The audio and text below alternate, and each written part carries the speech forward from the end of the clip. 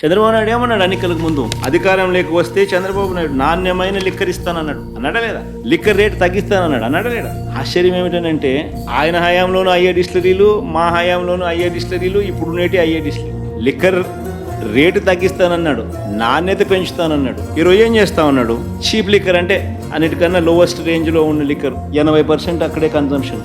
ఉన్న క్వాలిటీని ఇంకా ఫర్దర్గా తగ్గించినాడు. ప్రజల ఆరోగ్యాన్ని ఇంకా నాశనం చేసే కార్యక్రమానికి శ్రీకారం చుట్టాడు. కొత్త బ్రాండ్లు తీసుకొచ్చాడు.